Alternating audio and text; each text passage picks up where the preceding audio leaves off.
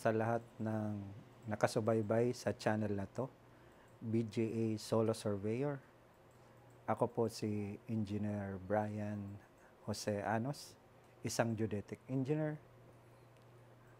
Ngayong araw pong ito, dalawa pong site ang pupuntahan ko, kung saan ay ang unang site ay ito po. Ito na nakayelo. Tinanggal na po itong portion na to. Then, kinuha din ang portion na to. At meron itong 250 square meter.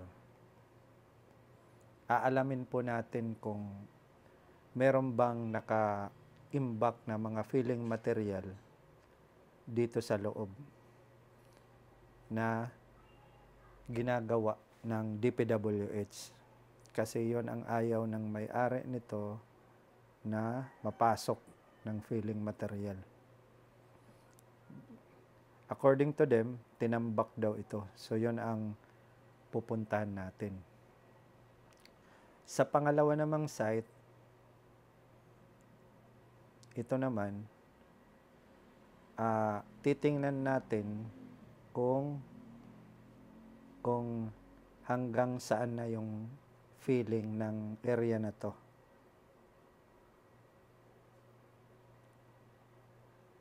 Sa hanggang saan na ang filling at saka tama ba ang pagkaka-filling nila kung napapasok ba sa area na to. So, yun ang gagawin natin. Ang procedure po natin ay magdo-drone mapping po tayo at ipapakita rin natin kung ano ang update sa araw na to. Kaya, samahan niyo po ako na puntahan ang site.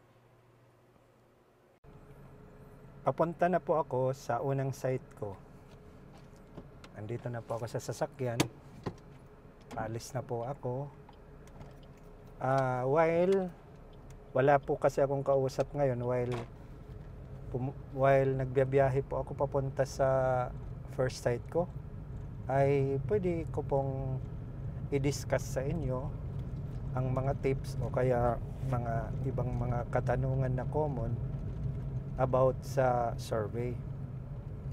Kasi dito sa channel na to, try ko pong bigyan ng kasagutan ang ibang mga katanungan, lalo na sa survey, especially sa land survey. Ang common po na tanong ay magkano po ba ang pagpapasurvey? Ito po ay simpleng tanong lamang, pero mostly mahirap sagutin ito kasi yung survey kasi maraming klase yan, hindi lang yan isa. Hindi lang yan common na pag sinabi mong survey or sukat, yun na yun. Ang survey kasi, meron tayong tinatawag na relocation survey. Ano po ba ang tinatawag na relocation survey? Ang relocation survey po ay ang paghahanap ng boundary ng lupa mo na nasa titulo o nasa anumang papeles mo. For example, meron kang isang titulo na merong sukat na 500 square meters. Nakasaad yun sa titulo mo. Kung titingnan mo sa titulo, meron doon nakalagay na a parcel of land designated as lot blah blah blah. Tapos sa baba nun or sa likod nun, may nakalagay na containing an area of 500 square meters more or less. So yun, bago sa area, meron yung tinatawag na technical description. Ang technical description naman, dun sa likod ng titulo mo, ay may mga sukat nun na kung titingnan mo, N65 deg 45 W, parang ganon ba? Yun ang technical description. So, ang relocation survey ay hahanapin niya ang mga boundary ng nakalagay sa titulo. Kasi mostly, ang mga lupa na nasa iyo, minsan kasi nawawala yung mga boundary niya, yung mga markers ng boundary. Ang mga mga markers ng boundary ay tinatawag nating muhon. Alam nyo yung muhon? Yung parang concrete monument yan na cylindrical, tapos nakabaon yan sa mga boundary ng lupa. Yan ang tinatawag na muhon. So, dito sa pagsusukat, minsan or mostly, nawawala yan. Lalo na kung matagal nyo nang hindi nabibisita yung lote nyo, hindi nyo na mahanap. So, kung gusto nyong mahanap yan kasi for whatever reason, magpapapader kayo o kaya lalagyan nyo ng ng barbed wire or gagamitin nyo na, ang kailangan nyo na survey ay tinatawag na relocation survey. Hindi ito yung relocation na ginagawa doon sa mga informal settlers na dito nakatira tapos i-relocate sa ibang lugar. Hindi yun ang relocation. Ang ibig sabihin ng relocation ay relocate. Ibig sabihin, ilocate mo uli yung dati niyang mga boundary na hindi na mahanap. So, isa yan. So, kung ganyan ang klase ng survey na pinapatrabaho mo, iba yung presyo niyan. Iba yung cost niyan. So, ang ikalawa naman na common na pagpapasurvey ay ang tinatawag na subdivision survey. Itong subdivision survey naman, ito ay yung paghahati-hati ng lupa. For example, meron kang 1 hektaryang lupa. May titulo yun. Tapos, gusto nyong ihati-hati sa mga magkakapatid na lilima. So, kung 1 hectare is equivalent to 10,000 square meters, kung 5 kayong magkakapatid, magiging tig 2,000 square meters ang bawat isa. So, pag nangyari yon, nangyari ang subdivision survey, sinosurvey muna yung kabuuan, tapos sinosurvey naman ang hatian na equal area. So, bawat lote, linalagyan din yon ng mga muhon o mga markers para makita yon ang bawat isa na hangganan sa mga magkakapatid. So, pag ganyang survey, iba naman ang presyohan yan. So, nakikita nyo na complicated ang tanong na magpapasurvey ako, magkano ba? Pag nagtanong kayo niyan, hindi kayo agad sasagutin ng isang geodetic engineer or land surveyor. Kasi, kailangan niya ng mga data kung anong services ang gusto niyang gawin para sa inyo. So, iba rin yun. Meron ding survey na for example, magtatayo ka ng mga tulay, magtatayo ng building, maglalagay ng kalsada or magko-construct ng kalsada. Bago yun i-construct ang lahat ng mga structures, kailangan muna yan ng survey. So, ang mga survey na ito ay iba naman doon sa nauna kong nabanggit na 2. Ito ay mga engineering surveys na tinatawag. So, kailangan din ito ng natrabahuin ng isang geodetic engineer. Ngayon, iba rin ang presyuhan nito. Kaya, huwag kayong magtataka pag nagpa-survey kayo, tapos tatanungin kayo ng geodetic engineer kung anong klase ng survey ang gusto nyo. Kung hindi nyo naman alam yung mga term, for example, relocation survey, subdivision survey, engineering survey, sabihin nyo na lang kung anong purpose para alam ng engineer kung anong survey ang gusto nyo talaga or ang kailangan nyo. Kasi kami namang mga geodetic engineer, kami na ang nag-i-interpret kung ano ang survey na kailangan nyo. So, yun ay mga kaunting kaalaman lamang para maging gabay kung kayo ay magpapasurvey. Alam nyo, yung pagpapasurvey, hindi lang yan biro-biro. Malaking halaga din yan na pinag-iipunan. Hindi lang yan, kung baga, walk in the park. Minsan nga, yung iba dyan, nag-aambag-ambag pa na magkakapatid para lang ma-conduct yung survey na kailangan nyo. At the end of the day, ang survey, makakatulong yan kung kayo ay bago kayo mag-construct ng structure at saka kung magpapapader kayo, maglalagay kayo ng mga fence sa inyong mga lupa,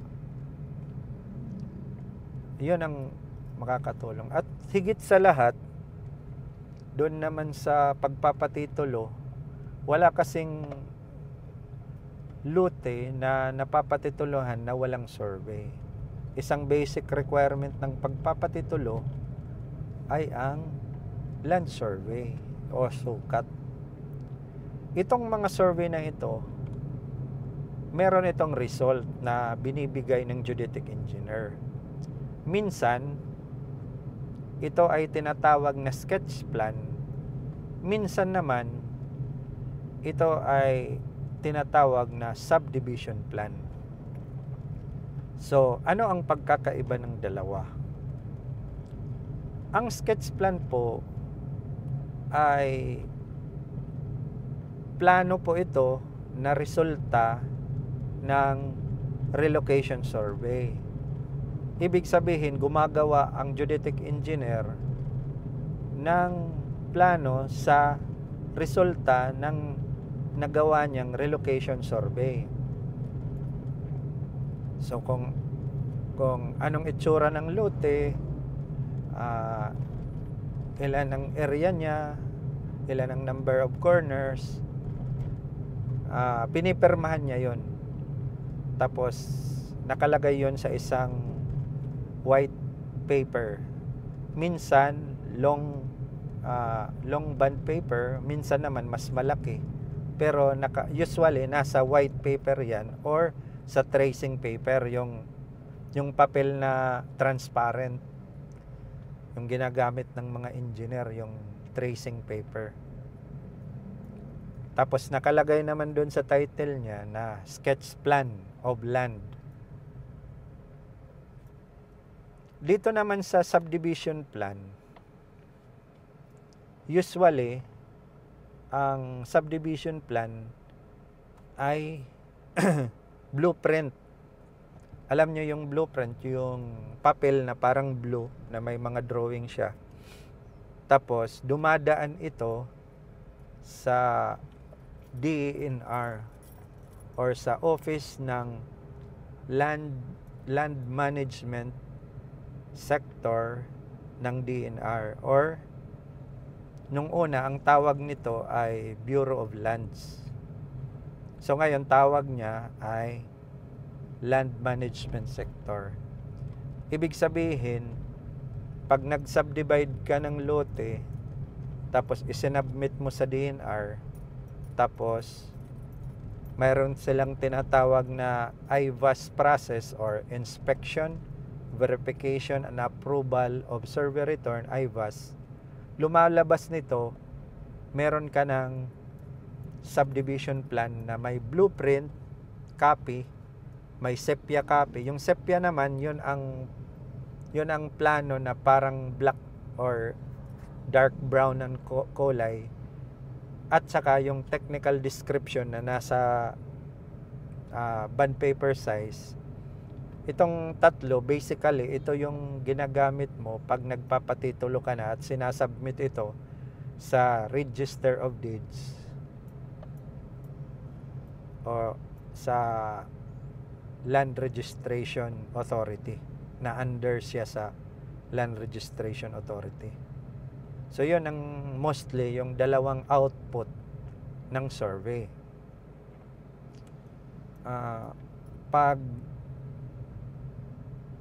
Pag ikaw naman ay nagpapa-engineering survey, yung mga para sa mga construction, meron din siyang mga engineering plans. Pero usually, ang ginagawa ng geodetic engineer about sa construction survey ay yung location plan. Ano naman tong location plan? Para ito siyang plano na nilalagay kung saan ba yung site compared sa buong lugar na yon. Saan ba siya? Merong nakalagay na arrow na this is this site. So pag nag-a-apply ka ng building permit doon sa city engineer's office or municipal engineer's office, meron yang requirement na location plan. So parang sketch plan yan na merong location or site plan kung saan siya located. So yun po ang kaunting kaalaman na mai-share ko sa inyo. Kung mayroon kayong mga katanungan, pwede kayong mag-comment dito sa video na ito, kasi sa susunod naman na video itra-try kong sagutin. Pwede po tayong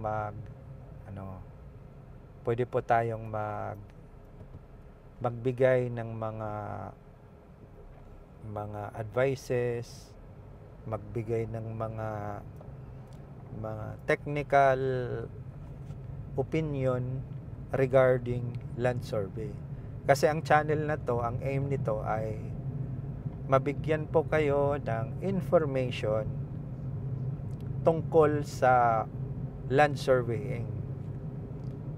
At ito po ay inline sa information dissemination ng organization namin na mga geodetic engineers, yung tinatawag na Geodetic Engineers of the Philippines. Ito po ay accredited professional organization ng PRC or Professional Regulation Commission, Professional Regulatory Commission ng Pilipinas. So dito po kami naka-align para magbigay ng information at saka libreng consultation sa mga may mga tanong.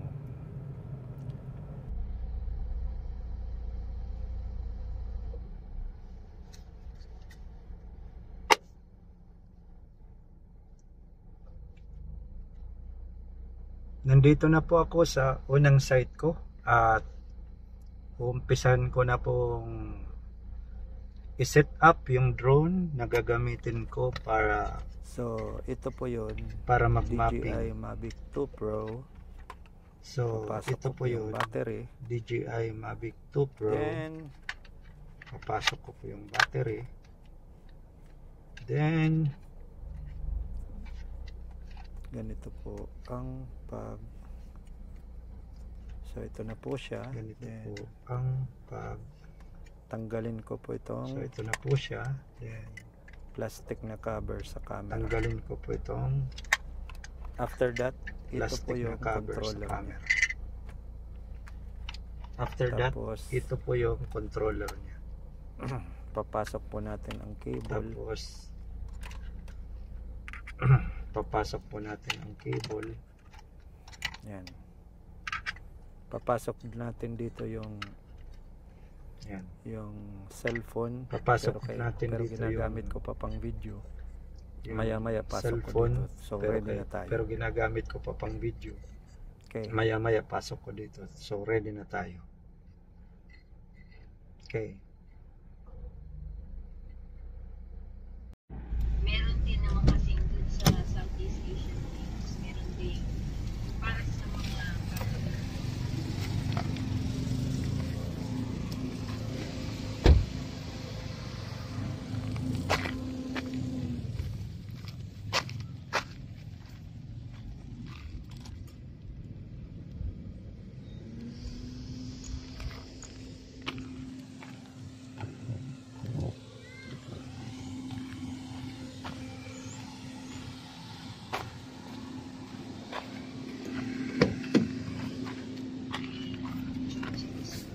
fighter tayo. Ang pangalan niya ay Kaya Napoles. Ibang spelling ito dun sa yung pinag-iinitan natin na Sinapoles naman yun. Ito ay Sinapolis. Napolis. So, nagpunta siya sa World Combat Games sa Riyadh, Saudi Arabia. O, ikaw, alam mo ba kung ano yung World Combat Games? So, dun ay sa 52 kilogram women's Newaza event.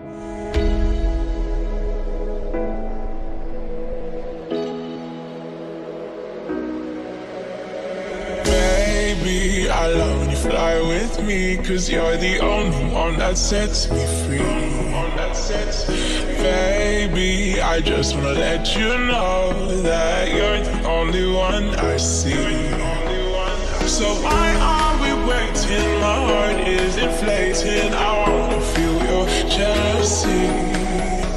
So why are we waiting? The sunrise is coming. I love it when you fly with me. Come and fly with me.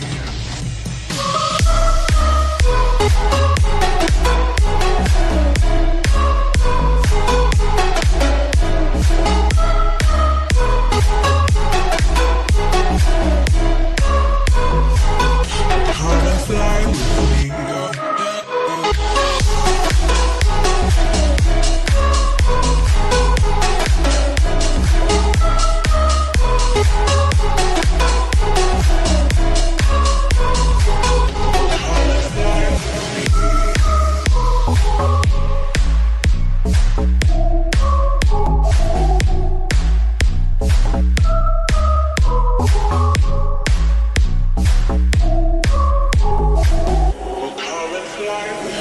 Baby, your eyes inspire me, and I just can't believe you're here with me.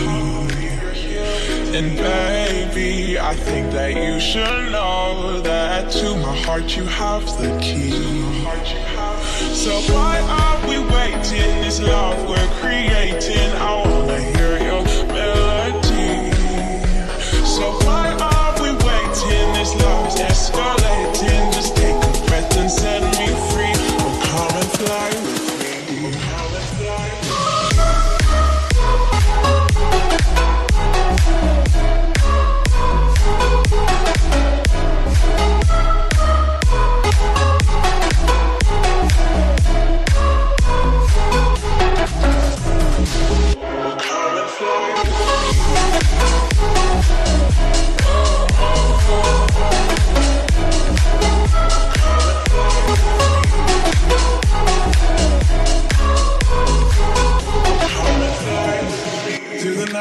Through the sky, make me fall, make me fly. Oh baby, can't you see how much this means to me? Through the night, through the sky, make me smile, make me cry.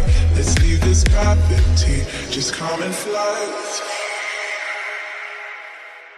me.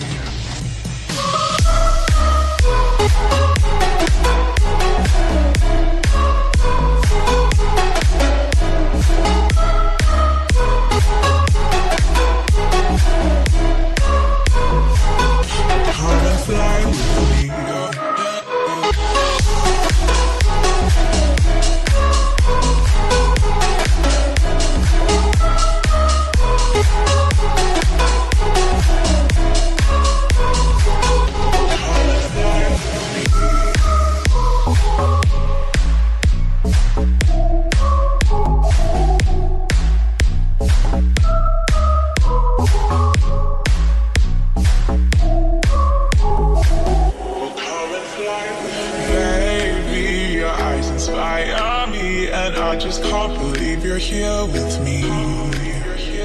And baby, I think that you should know that to my heart you have the key.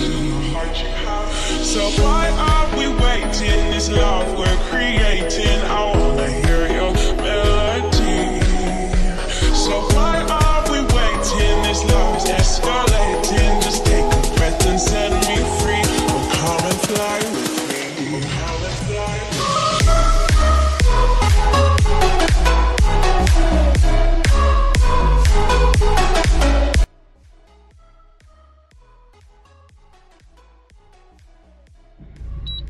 Palanding na yung drone. Di ba napupunta ka din kay Boss Buds? Ito parang ano to, dun sa replay ko kay Boss Buds. Nakuha ko ng picture sa akin.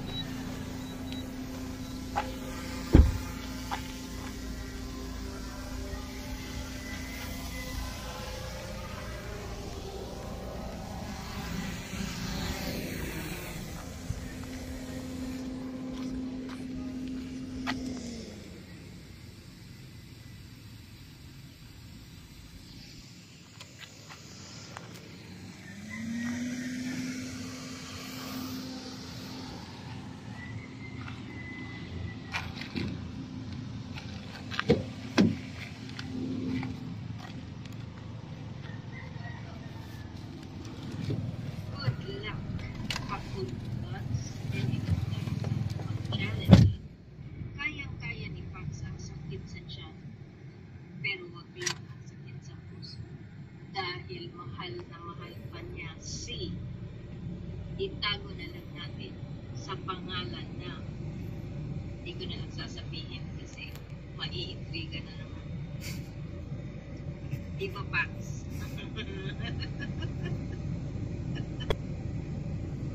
Punta ako sa second site.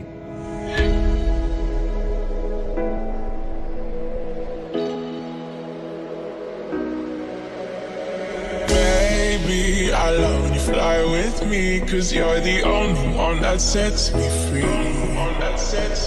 Baby, I just wanna let you know that you're the only one I see. So why are we waiting? My heart is inflating. I wanna feel your jealousy. So why are we waiting? The sunrise is coming. I love it when you fly with me. Come and fly with me.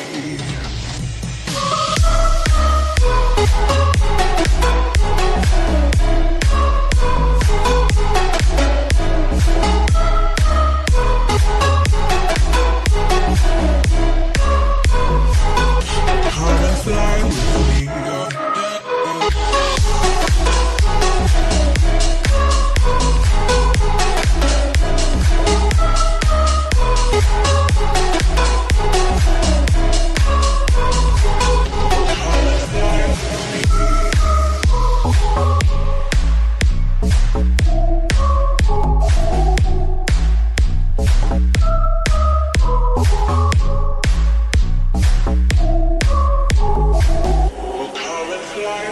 Baby, your eyes inspire me, and I just can't believe you're here with me. And baby, I think that you should know that to my heart you have the key. So why are we waiting? This love we're creating, I wanna hear your melody.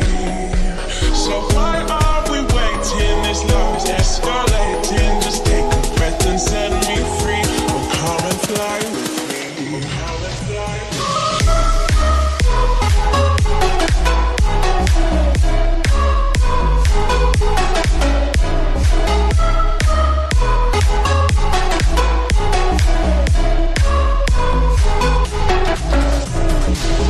Come and fly.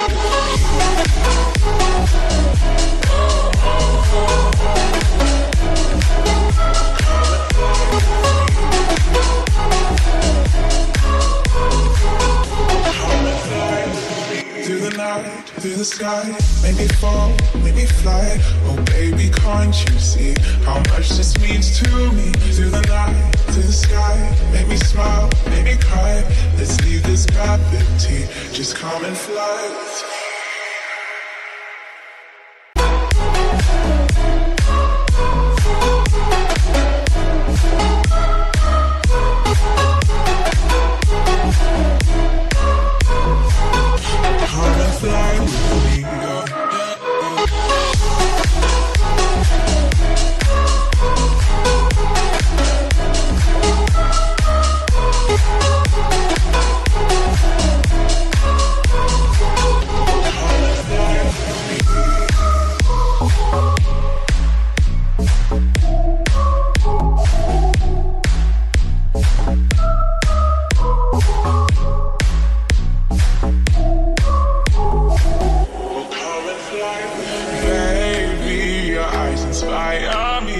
I just can't believe you're here with me.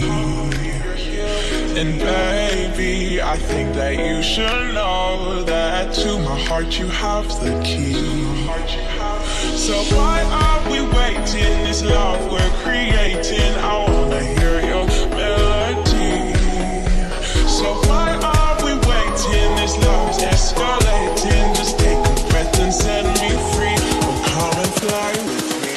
Oh, come and fly with me.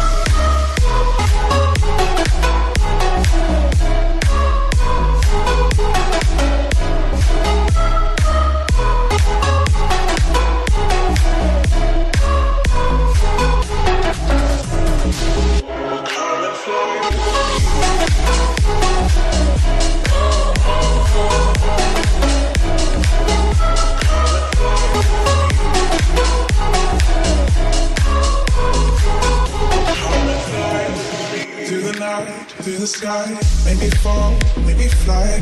Oh baby, can't you see how much this means to me? To the night, to the sky, make me smile, make me cry. Let's leave this gravity, just come and fly with me.